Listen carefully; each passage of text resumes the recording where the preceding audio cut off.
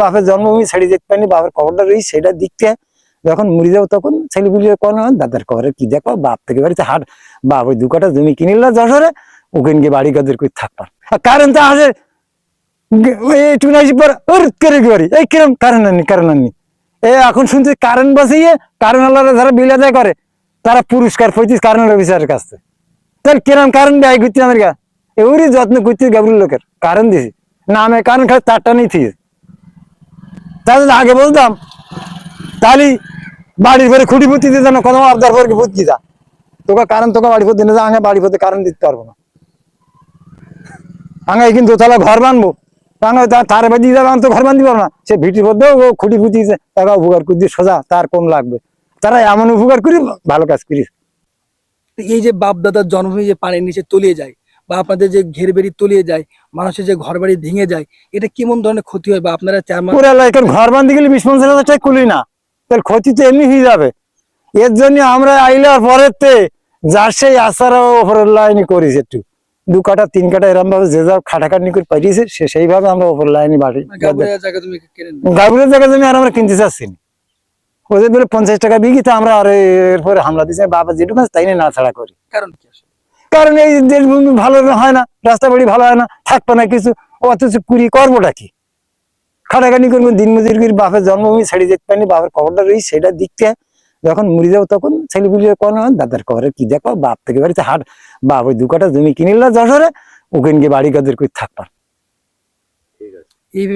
এইভাবে চলে যাবে, এই দেশের লোক থাকবে না, শুধু জনসংখ্যা বৃদ্ধি থেকে কেউ যেতে চায় না।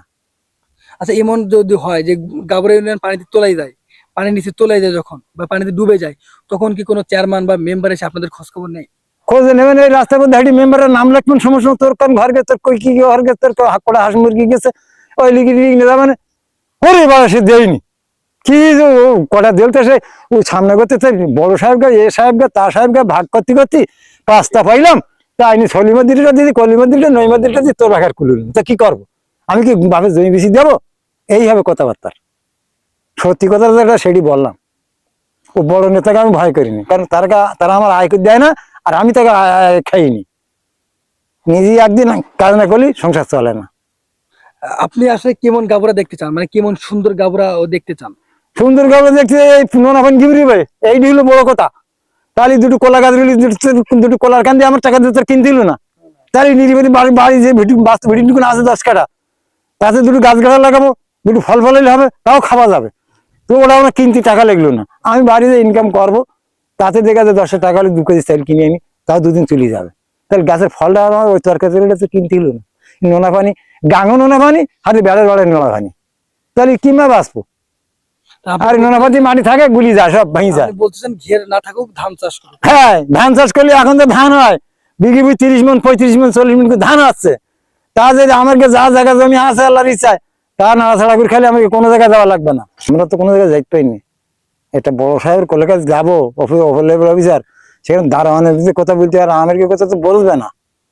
আমরা যে বাংলা কথা বলবো এই গন্ডমূর্খ, এ কথা তারা বলবে না, তারা শিক্ষিত খাতা কলমের মাইর মারবে, সব দিছি ঠিক, সব ঠিক করে দিস, আর ঠিক করে দেয় না ওই ঠিক হয়ে গেছে। আপনাদের এই জন্মভূমি কোনো কষ্ট আছে নাকি মনে? এমনি আর কষ্ট, এই যেভাবে চলে সেইভাবে চলতে হয়েছে।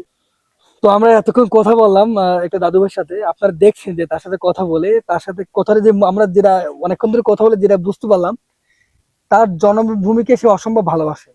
দেন এই যে বারবার পানিতে তলিয়ে যায়, বাড়িঘরদের ভেঙে যায়, রাস্তাঘাটের অবস্থা এই সেই খারাপ অবস্থা, এইগুলোর দিকে তার মনে একটু ক্ষোভ, রাগ, ওটা মনে ক্ষোভ এমনি আছে। এই জন্য কিন্তু সেই গাবুরা ইউনিয়নের জায়গা জমি তিনি কিনতে চান না, কারণ গাবুরা ইউনিয়ন তো ভালোই হয় না। যে সকল চেয়ারম্যান হয় মেম্বার হয় তারা নিজেদের প্রকার ভর্তি এই যে রাস্তাটা দাঁড়িয়ে রয়েছে, এই রাস্তাটা ওই হরিশখালীর রাস্তার সাথে মিশে যাওয়ার কথা প্রথম শুনেছি।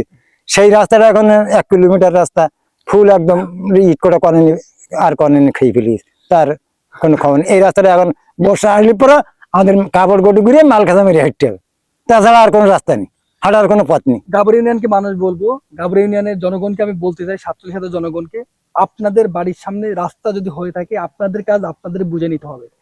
এমন আজকে যে দাদু ভাইটা প্রতিবাদ করছে, যে সত্য কথা বলার সাহসিকতা রাখতে, আপনাদেরকে প্রত্যেকের সাহসী রাখতে হবে, তাহলে আমি মনে করি গাবুরা ইউনিয়ন সামনের দিকে উন্নতির পথে যাবে।